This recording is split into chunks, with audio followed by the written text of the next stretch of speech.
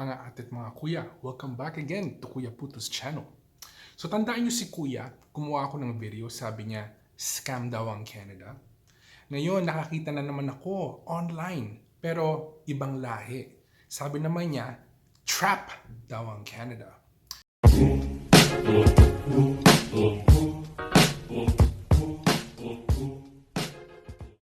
What is the biggest thing you regret in life? I regret in life? I regret coming to Canada because if I had stayed in the Caribbean, I would have been way better. I came to Canada. I worked, I don't know, maybe 20 years. I had to go back to my country. 7 years, living here for 20 years, 7 years from my country, give me enough money to buy 2 properties in Canada cash. So sabi po ni kapatid, the biggest regret in life that he had was coming to Canada. Well, alam niyo po lately, napakarami kong naririnig sa online. They complain about this, they complain about that. You know, all negativity. Tanong ko sa sarili ko, if ayaw nila talaga pumunta dito, if this is such a terrible place to be, ba't nandito pa rin po sila? Okay? So, obviously, meron po silang nakikita na maganda dito for them to stay. Sabi po niya, he had to go back to his country for 7 years and work there so he can come up with money so he can buy 2 properties dito sa Canada. To me, that doesn't make any sense because if you can save up enough money to buy 2 properties here sa Canada, which is a first world country, ba't di ka na lang dun sa Caribbean bumili and mag-invest, di ba? Dahil yung pera mo, hahaba pa dun kesa dito.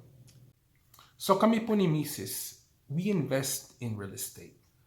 Malaking portfolio po namin is real estate based. So obviously as investors, we are not going to invest in a country where we think the return would not be that great. So tayo po mga Pilipino, sa akin lang po to. Okay? So nag-invest kami sa Canada instead of the Philippines because we believe that the return on investment is a lot greater here and we can monitor our investments properly here versus over there. So si kapatid po, ginawa niya, umuwi siya for 7 years and gathered up whatever resources he could so he could buy 2 properties not in the Caribbean but dito sa Canada. So bakit ayaw niya po dito? It doesn't make any sense talaga. 7 years, 7. I still 20 years here just paying rent and nothing. It tells me Canada is just a trap. I own property and it's hard for me. So imagine people who are from different countries for the first year and you're wasting your time, you're going to stress out, you're going to go crazy and you're going to die in less than 10 years. When in your country, which would have been harder, you live for another 40, 50 years. No matter how bad it is in your country, it's only going to get worse here. So pagkakaintindi ko, correct me if I'm wrong, he worked here for 20 years and all he did was pay, nothing. And the only thing that he has to show for it are the 2 properties that he was able to buy cash. Pero yung proceeds hindi nang galing sa sikap niya dito sa Canada, instead galing dun sa Caribbean.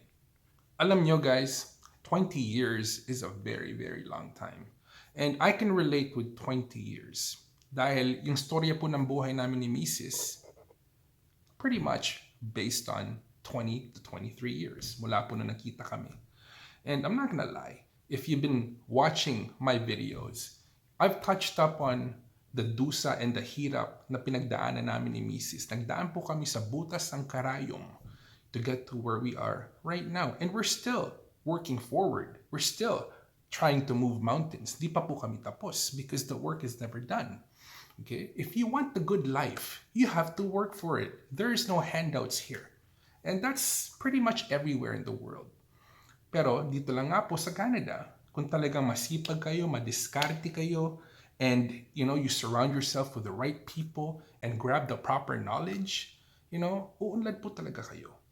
And I don't know kung ano ginagawa po ni kapatid, in the 20 years that he's been living here, dahil sabi po niya, mahirap pa rin even though he owns 2 properties. Maybe he's not utilizing the knowledge that he's gained so far in 20 years properly. Maybe he's not using the wealth that he's accumulated properly. Madami pong what ifs dyan.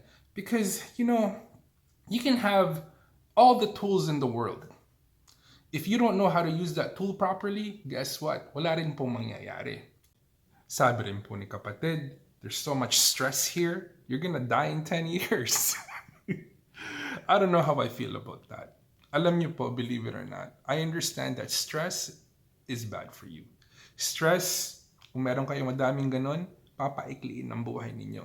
But at the same time, stress is required for growth. And sabi rin po ni kapatid, it doesn't matter how bad life is in the old country. Mas hahaba ang buhay ninyo doon compared if you came here because of the stress. Bakit? Wala bang tao na walang problema? Ako may problema. Kapitbahay ko may problema. Kaibigan ko may problema. Lahat tayo may problema. Lahat tayo mayroong stress sa buhay. It's just a matter of how you are gonna handle it. Okay? And stress is necessary for growth. Believe it or not, maniwala kayo sa akin o hindi, stress is a prerequisite for growth. Wala pong lumaki nang walang stress. Lahat po ng problema may solusyon. I don't know about you, but I would prefer to live in a first world country versus a third world country. And kahit merong stress, I would imagine it would be way more manageable in a first world country versus a third world country, if that makes any sense to you. I'm telling you the truth. I travel the world, I live a good life, all kind of stuff. Idea of Canada is to get out of Canada, not get in. And I've realized that between America and Canada, the people who are living back in their country are living better than us who are living over here. So, I don't know kung karamihan ng mga tao that is saying all of these negative things about living here in Canada, working here in Canada, being here in Canada, if they're just doing it for attention. Because obviously, they're here and they're not over there, diba? So guys, alam ko po, ang palad ng tao, iba-iba. Everybody has a unique situation. Kung tatanungin niyo po yung mga pumunta dito na natural na mayaman na po talaga sa Pilipinas or in their old country, more than likely sasabihin po nila, mas masarap ang buhay doon kesa dito. Pero the majority of people, normal people, regular na tao katulad ko, katulad ng pamilya ko, katulad natin, na pumunta dito and sacrificed blood, sweat, and tears. I'm pretty sure po sasabihin natin, yung answer natin is very unanimous, na umunlad po ang buhay natin dito. Gumanda po ang buhay natin dito. As in, it blossomed like a flower kumpara dun sa buhay natin sa Pilipinas. Sabi po ni kapatid, Canada is a trap. And dapat po, the goal is to try to get out of this country. I don't know how I feel about that. Ito po, personal experience ko lang to. Because of Canada, nakatikim po ako ng magbakasyon. Nakatikim po ako ng mag-aral sa college. Nakatikim po akong makatira sa bahay. Nakatikim po akong makabili ng bahay. Nakatikim po akong mag-drive ng napakadaming kotse.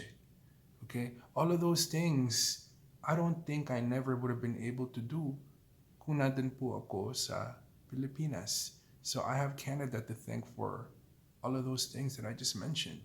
And not to mention all of the things that it has done for my whole entire family. So I think I'm good where I'm at. I'm not going anywhere.